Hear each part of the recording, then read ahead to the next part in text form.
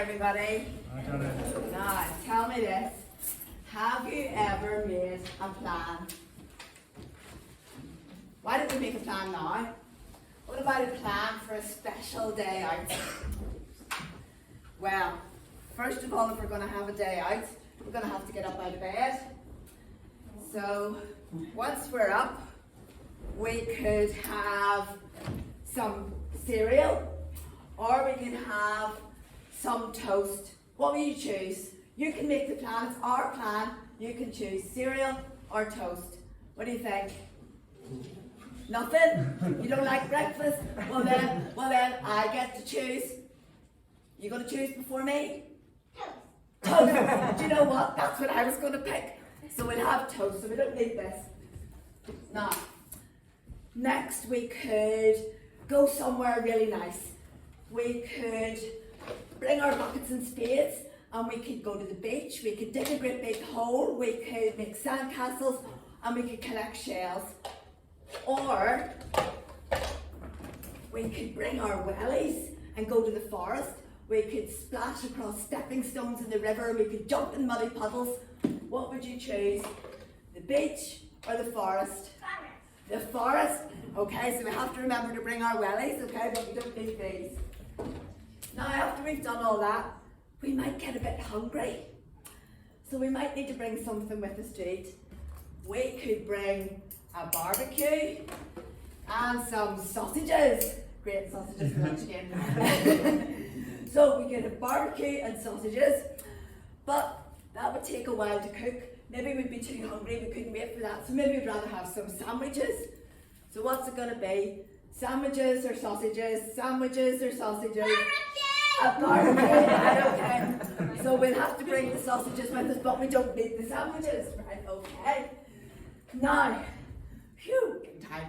So we're going to have toast, we're going to the forest, let's go to Tullymore, and then we're going to have a barbecue. After that, we could go into Newcastle, because that's near Tullymore. And when we go to Newcastle, we could get some sweets. Or, I know there's lots of really nice places to go for ice cream. So we could choose sweets or ice cream. Which are we going to choose? Sweets or ice cream? It's not both. We don't need really ice cream. Right, okay. So we need the ice cream, but we don't need the sweets. Phew, I'm getting exhausted.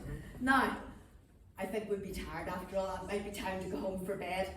But because it's been our special day out, before bed we could maybe play a game. So we could play snakes and ladders, or we could do a Peppa Pig puzzle. Snakes and ladders. Why doesn't Hannah choose something this time? Peppa Peppa Pig. Oh, hard decision now. Well, if we weren't too tired, we could maybe play both. How would that do? We'll put them both here. So, now we can see all the parts of our plan. And it's our plan because we made it. We know the beginning is our toast. We know the end is 2 games. And we know all the bits in the middle because we're the ones who made the plan. But do you know that God has a plan? God has a plan for your life. And even now, we know the beginning because we know when we were born. We all celebrate it every year, the anniversary, and that's called our birthday. So we know the beginning. And we know little bits of the middle because we know things like who else is in our family. We know what school we go to. We know where we live. But we don't know the end. I know when Jonathan was born. I know where Jonathan lives and I know where Jonathan goes to school, but I don't know what Jonathan's going to be in the future. I don't know what God has planned for Jonathan, but God knows. Maybe Jonathan will be a fireman or a scientist. And God has a plan for Jonathan, but he also has a plan for Hannah and everybody else here as well.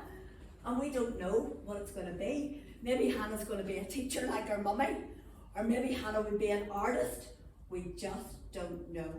But we have to trust God and he will show us his plan for our life. Do you know, God also has a great big plan. Do you remember when we talked about Esther, we said God had a plan for Esther, when Esther was just a small part of God's great big plan. And I don't make any apologies for repeating this. Sometimes in the Bible, God tells us the same things different times, and that means it's important and we need to learn it. We need to remember it. So you know that we've talked about before that people spoilt God's perfect world with sin. So God made a new plan. And God's plan started off when Jesus was born. And we remember that, and we celebrate it every year at Christmas. And the next main part of God's plan, we celebrated just a few weeks ago. And that was at Easter, when Jesus died and he took the punishment that we deserved for the wrong things that we had done. But not only did Jesus die, he rose again and made a way that we can go to heaven eventually. But even while we're here on earth, if we're sorry for our sins and the bad things that we've done, we ask Jesus to live in our lives, we can live as part of God's special family and working within God's plan. Next week, we're going to find out the last part of God's plan. You see, God's plan, his big plan, is written in the Bible for everyone to see. His plan for you might not be written in the Bible, but God still knows what he has in store for you. So today we're going to finish off with a song all about God's plan for your life. Now, you won't know this song, but you will know the tune. So we're going to put the words up for the adults who can read. They can sing the song. It's to the tune, sort of, if you're happy and you know it. But for the kids and anybody else who wants to join in, we have some actions. So it's God has a plan for my life. God has a plan for my life. If I trust him every day, he'll show me the way. God has a plan for my life. So the second verse is, God has a plan for my life. God has a plan for my life. I can't wait to see what he has planned for me, because God has a plan for my life. Think you can do it? We've only probably got time to sing it once, but here we go. You ready? God has a plan for